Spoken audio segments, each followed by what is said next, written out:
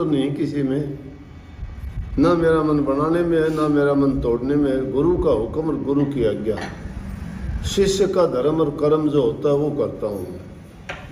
शिष्य का धर्म और कर्म है कि गुरु की आज्ञा का पालन करे।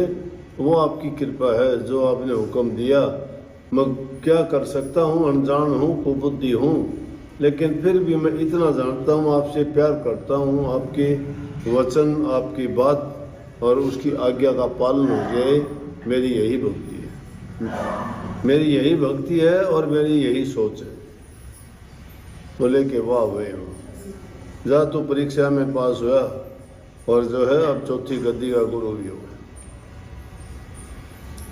आगे से तू ही जीवों को संभालेगा। और रामदास जी को गद्दी दे दी।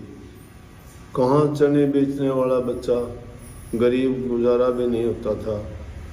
सेवा के कारण गुरु की आज्ञा में रह के निश्चल, निष्कपट और बिना किसी भेदभाव के, और उसके कारण वो गुरु बने, चौथे गद्दी के गुरु रामदास जी। और रामदास जी तक सिखों में गद्दी एक दूसरे को मिलती रही, लेकिन पांचवी गद्दी के बाद में गद्दी घर में रहने लगी। तो सिख गुरुओं से जो हमें शिक्षा मिलती है, यूँ तो सब गुरुओं ने ही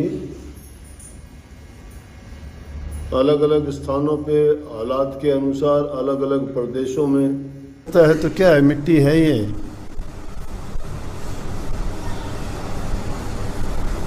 मिट्टी में मिल गए, सब मिल गए। संत, फकीर, राजा, ओलिया, महाराजा जितने आए मिट्टी में मिलते चले गए। इंसान को क्या रह जाती है, गुण। गुण और अवगुण दो ही चीज रहती है। उसके बाद में दुष्ट आदमी को तो गालियां देते हैं, अपना मुंह काला करवा लेते हैं, गलत काम करके, उल्टे सीधे काम करके। नेक काम से गए, बदनामी हुई और हमेशा के लिए उन्होंने लोगों से आने वाली पीढ़ियां भी गालियां देती हैं। औरों की बात छोड़ो, रावण को गालियां देते हैं, आग लगा के जलाते हैं, कंस को गालियां देते हैं। जिन लोगों ने भक्तों के साथ किए उनको सबको इस प्रकार की सजा अब भी दे रहे हैं लोग, लेकिन वो नहीं है, फिर भी सजा मिलती है। लेकिन कहने का मतलब ये है कि वो संत उस रास्ते से भटके नहीं। दुख तकलीफ आई तो परमात्मा को साक्षात रख के कहा कि ये तेरी मौज है, ये तेरा हुक्म है, ये तेरी रजा है, ये मेरे लिए आपका तोहफा है जो आपने भेजा है। हंसते हैं वो देख के कि आप ऐसा नहीं कर सकते, ये काल का खेल है, ये करता रहेगा, मुझे कोई परवाह नहीं। जिसने उस चीज को जाना वो बेपरवाह हुए। हम तो संसारी लोग हैं, कोई एक गाली देता है 10 देते हैं। कोई एक बार अगर थप्पड़ आंख भी निकाल दे तो हम लठ लेके मारने दौड़ते हैं, मरते भी। क्यों नहीं पहचानते हम क्या खेल है ये।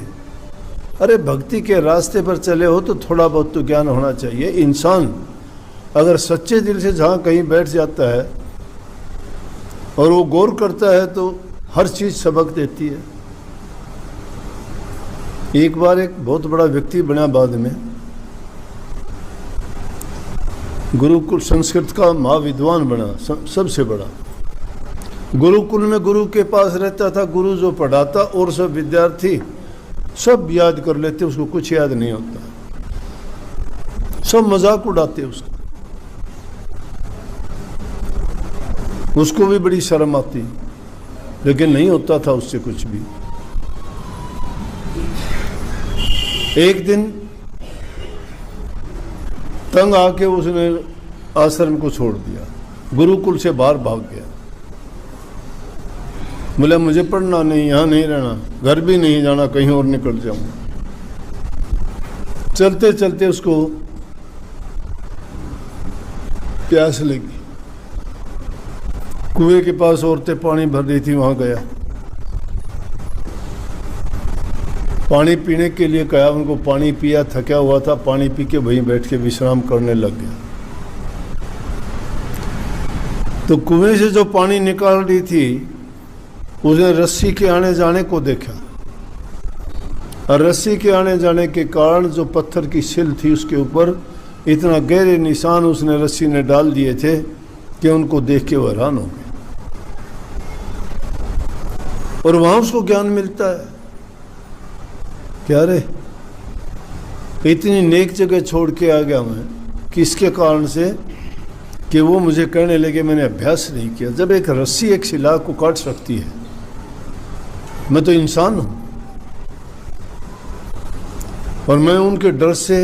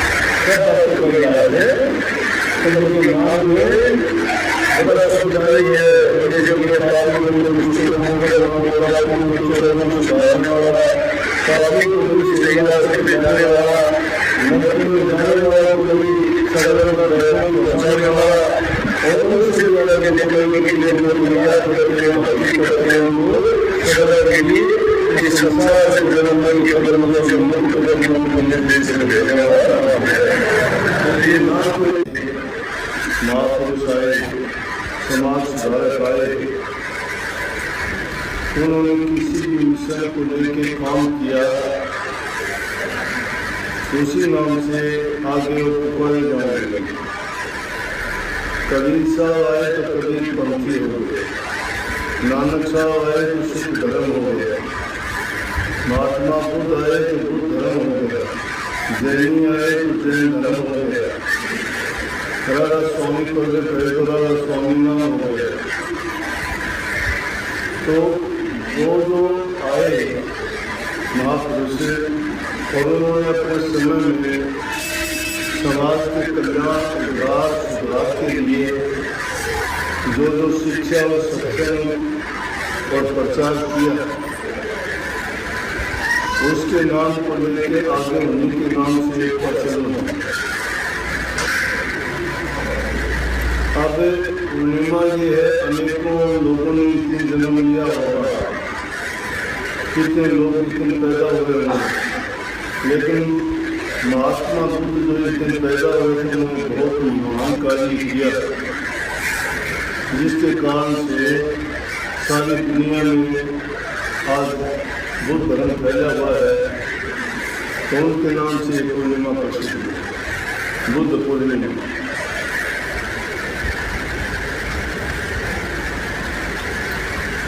ठोकर लगती है इंसान को, सबको लगती है। हवा चलती है ना, हवा सबको लगती है, सांस सब लेते हैं। जैसी हवा होती है तो असर सब पर पड़ता है। गर्म होती है तो गर्म, ठंडी होती है तो ठंडी, सुहानी होती है तो सुहानी। इसलिए महापुरुषों ने फरमाया, वही सोई जो राम रच जाता है, जो राम ने रच रखा है। इसका मतलब जो उनका विधि विधान तरीके हैं, सारी क्रियाएं तो उसी ढंग से होंगी, लेकिन इंसान अपनी बुद्धि से अलग अलग बात सोच लेता है। मैंने बात कही थी, ठोकर सबको लगती है, लेकिन समझ कोई कोई लेता है। चोट खा के ठीक होने पर फिर इंसान वही गलतियां करता है। बुद्धिमान आदमी चोट लगने से, ठोकर खाने से, परेशानी से जूझने के बाद में उसे समझ ले लेता है कि वो जो गलती हो गई थी आइंदा कभी में गलती नहीं करें। लेकिन जो मूर्ख लोग होते हैं उनको लाख बार भी समझाओ गलत तो भी वो नहीं मान सकते। वो क्यों नहीं मान सकते कि वो संस्कार ऐसे लेके पैदा हो गए। जिस घर में जन्म लिया उसे अच्छे गुण अच्छे संस्कार नहीं मिले, उनका खान पान वातावरण सही नहीं रहा और इस कारण से उनमें वही गुण भरे हुए। उनको चाहे तुम लाख बार धोखे भी निकाल दो तो लोग ऐसे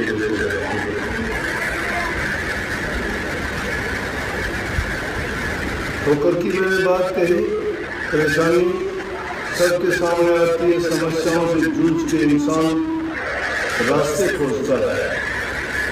समझ लेने के बाद वो रास्ते खोजता है, रास्ते खोजता है तो उसके रास्ते खुल जाते हैं।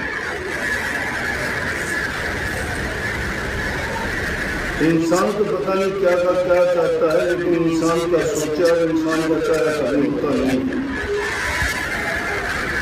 कर लेता है, करने का प्रयास करता है, कर्म है उसका, करने की कोई मना नहीं कर सकता, आजादी है उसको कर्म करने की।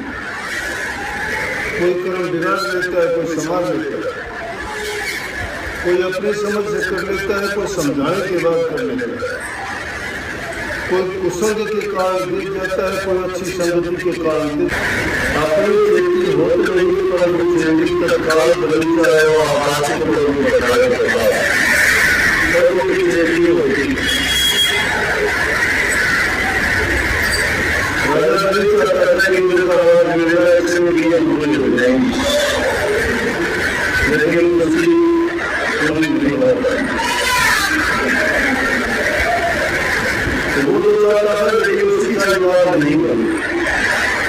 इसी प्रकार से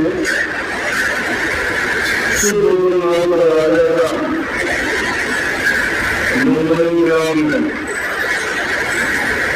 नेपाल में होता है। उस राजा के घर में एक लड़की का जन्म हुआ। जन्म के समय जोशियों से पंडितों से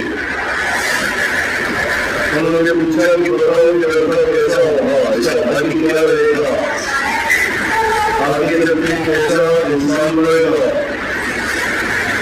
तो जोशियों ने बता दिया कि अगर ये राजसाज करेगा तो चक्रवर्ती राजा होगा। चक्रवर्ती राजा ऐसा होता है जिसकी चार की बोलती है, सब राजा से हो जाते हैं और उसका बहुत बड़ा साम्राज्य बन जाता है। अगर राजकारी में रुचि नहीं, अगर भक्ति के रास्ते में चल गया तो बहुत बड़ा संत मिलेगा। दुनिया को रास्ता दिखाने वाला, पापों को नाश करने वाला, लोगों को पाप करने से बचा के सही रास्ते पे लगाने वाला और राजा को दिखा हो। इसका नियम है संसार का, जो जिससे लेता है उसको देना पड़ेगा। लेखा पाई पाई का राज नहीं को पाई का। आज किसी से लेते हो, चाहे तुम मांग के लेते हो, चाहे तुम धोखे से लेते हो, चाहे झूठ बोल के लेते हो, उस चीज की आप कर्जदार बन चुके हो और वो कर्जा आपके सिर पर आज निकल को देना पड़ेगा। नियम बड़ा अटल है, पक्का है, हमें उस चीज का ज्ञान नहीं है। हमारे शास्त्रों में महापुरुषों ने जिस चीज का अनुभव किया तत्कालदर्शी हुए, उन्होंने बात स्पष्ट रूप से कही कि कर्जा जिसका होगा चुकाना है। यहाँ दुनियादारी में अगर किसी से ले लेते हो और लेके मुकर जाते हो, मुकर जाओ, कोई बात नहीं, इसीलिए जब नहीं देखते क्या कोई भैंस बन के कर्जा लेने के जिम्मेदार बात करता हूँ, कोई गाय बन के, कोई बैल बन के, कोई जमाई बन के, कोई भाई बन के, कोई लड़का बन के कर्जा लेते हैं, कर्जा इसे लेते हैं। अरे बेटा बेटी है, माँ बाप से व्यवहार करते हैं दुश्मनों के साथ। आदमी ईमानदारी से काम करता है, चलाता फिराता है, भैंस धोखा दे जाता है कि बड़ी रकम के लिए क्या क्या खराब है गई, कर्जा था उसका चुका दिया। कितने बच्चे ऐसे करते हैं, माँ बाप को दुख देते होंगे, उनका नहीं कर्जा है, इसलिए कर्जा प्रारब्ध के कारण हमें ये चोला मिला। इसीलिए इंसान के शरीर को उत्पन्न है। ये बहुत मुश्किल से मिलता है। इसको पाकर भी जो इंसान इसका महत्ता नहीं समझता, जो कोड़ियों के भाव बर्बाद करता है, वो समझो कि आत्मघाती है वो इंसान, सुसाइड करता है अपनी। जो खुद आत्मघात करता है उसको दूसरा कौन बचा देगा? बचाने वाला उसकी बात मानते नहीं, वो गुरु ही है जो हर हाल में तुम्हारे संग रहता है, तुम्हें बचाता है, तुम्हें सही बात बताता है। इसीलिए नाटक प्रेम का जो लोग, प्रेम बहुत बड़ी चीज है। प्रेम कुर्बानी चाहता है। कुर्बानी में क्या है कि आपको दूसरी चीजों को त्याग के एक ही चीज में अपने मन को लगाना पड़ता है। उसका मतलब ये नहीं कि घर गृहस्थी की दुनियादारी की खाना कमाने से नहीं, सब चीजों को जरूरत के मुताबिक करते रहो। काम नहीं करोगे रोटी कहाँ से होगा? परिवार में का लालन पालन कहाँ से होगा? घरों में शांति रखो, प्यार से काम करो। उसके साथ साथ सच्ची भक्ति का रास्ता है, सच्ची भक्ति है। संत जितने वो गृहस्थ में हुए, गृहस्थ में सारे काम करते रहे, करते करते ही वो भक्ति की ऊंची से ऊंची सीढ़ी तक पहुंच गया तो नाम लिए जाते हैं।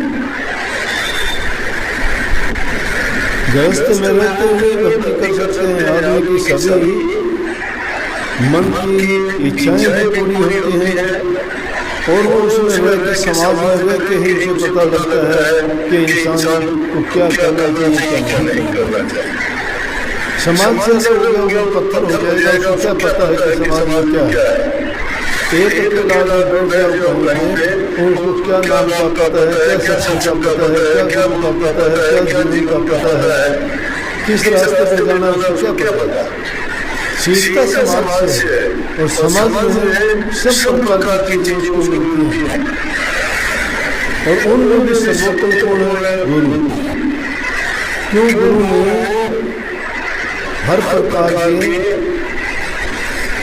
उनकी सुख दुख दुनियादारी की चीजों को भी देखता है और उसको सही बातें बता के सही रास्ते पर ले जाना चाहता है। इसलिए प्रथम पूजा गुरु की बताई गई है और मैं कहता हूँ अंतिम पूजा भी गुरु की है। जैसे गुरु को मन में बसा दिया वो गुरु का ही होगा। इंसान को माध्यम है जो तुम्हें सच्ची भक्ति और परमात्मा का रूप दर्शा सकता है, लेकिन उससे मुंह मोड़ लोगे तो परमात्मा से कैसे जुड़ोगे? इसलिए दोस्ती से दूसरे शरण पड़ोगे ताकि वो आसानी से हमें मिलवा दे। अरे दुनियादारी में किसी बढ़िया आदमी से मिलकर चलता से नहीं कहता है अभी साहब खाना खा रहा है और उससे अगर दोस्ती होगी उसे कितना भी दीजिए साहब को भी कुछ कर काफी देर से पटले मिलवा देगा। तो इसलिए गुरु से तो नाता जोड़ते नहीं, फिर वो कैसे किसको मिलवा देगा भाई? तो इसलिए गुरु को महिमा गाई गई है। जगह जगह जितनी महिमा की कही गई वो भक्ति का सबसे आसान तरीका समझो इस युग में बताता है। क्योंकि इस युग में कोई उम्र नहीं है, जीव में उतनी शक्ति नहीं है, तीसरी चीज जीव को बर्दाश्त नहीं है, चौथी चीज युग भी कड़ी चल रहा है, बहुत असर है जीव पर। तो ये सारी चीजें मिलकर इंसान को डगमगा देते हैं, भटका देते हैं रास्ते से। परंतु जिनका इरादा पक्का होता है जो चरित्रवान होते हैं, जो संस्कारवान होते हैं, जिन्होंने अपने जीवन का लक्ष्य चुन लिया है कि मुझे करना है। अरे दुनिया में और चीजों के लिए भी तो आप इतने पक्के हो जाते हो, किसी से दुश्मनी सारी जिंदगी निभा देते हो, कोई भी किसी चीज को पाने के लिए कोई धंधा करते हो, उसको आप प्राप्त कर लेते हो। तुम अपनी अचीवमेंट्स देखते हो कि मैं वकील बनूंगा, मैं डॉक्टर बनूंगा, मैं जज बनूंगा, मैं अफसर बनूंगा। कैसे बड़ा सोचते नहीं बनते। आपने सोचा था, ऐसा निर्धारित किया था। तो जो इंसान इस प्रकार से निर्धारित कर लेता है अपने मन में लग जाता है, वो निश्चित रूप से अपने मंजिल पर पहुंचता है। भक्ति कठिन नहीं है, बहुत आसान है, बहुत आसान, लेकिन रास्ता बड़ा प्यारा है।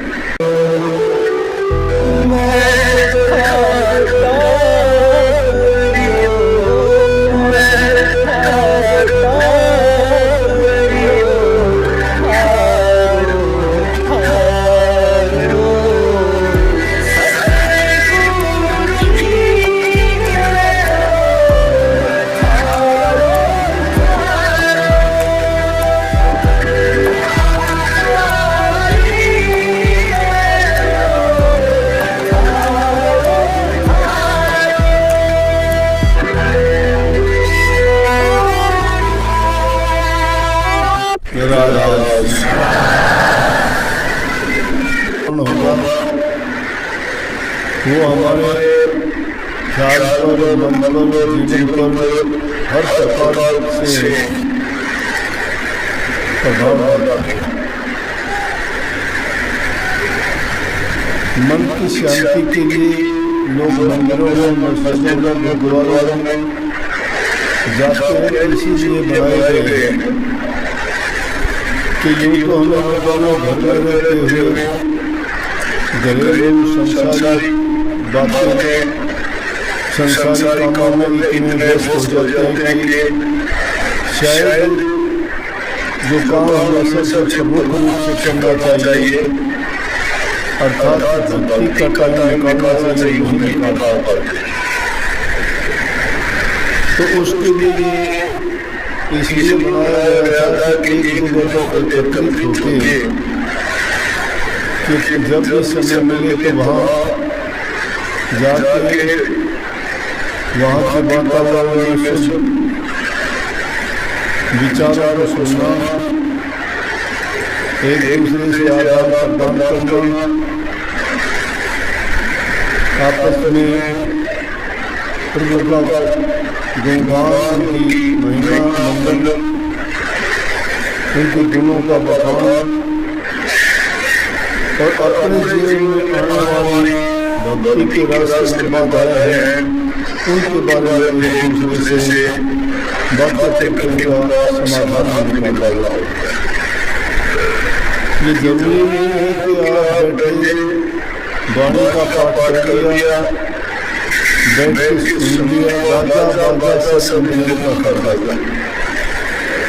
ये गाना बजाना भी एक सिर्फ कानों तक और मन को प्रभावित करने वाली चीज है, परंतु अच्छे और शुद्ध विचार सुनते सुनते करते करते हमारा ये ख्याल करता है कि हमें भी अच्छा करना चाहिए। इसीलिए संगति पर जोर दिया गया, महापुरुषों का संग करना, उनके वचन को सुनना और उनके दर्शन करने से हमारे विचार शुद्ध होते हैं, पवित्रता आती है, बुराइयाँ छूटती हैं। लेकिन वो छूटती कब है जब हम उनको अपनाने के लिए तैयार होते हैं। जब तक हमारे दिल में छिपा हुआ धर्म है, निकटता नहीं है, उसको अज्ञान कहो, धर्म कहो, पाप कर्म कहो, वो हमें अच्छे रास्ते की तरफ बढ़ने से रोकता है, नहीं जाने देता। क्यों नहीं जाने देता? जब हम वहाँ जाने के लिए कोशिश करते हैं तो तो वो कोई ना कोई बात आंसर कर देता है जिसके कारण हम उस रास्ते से भटक जाते हैं। और उसके लिए एक चीज नहीं है, कुछ चीज।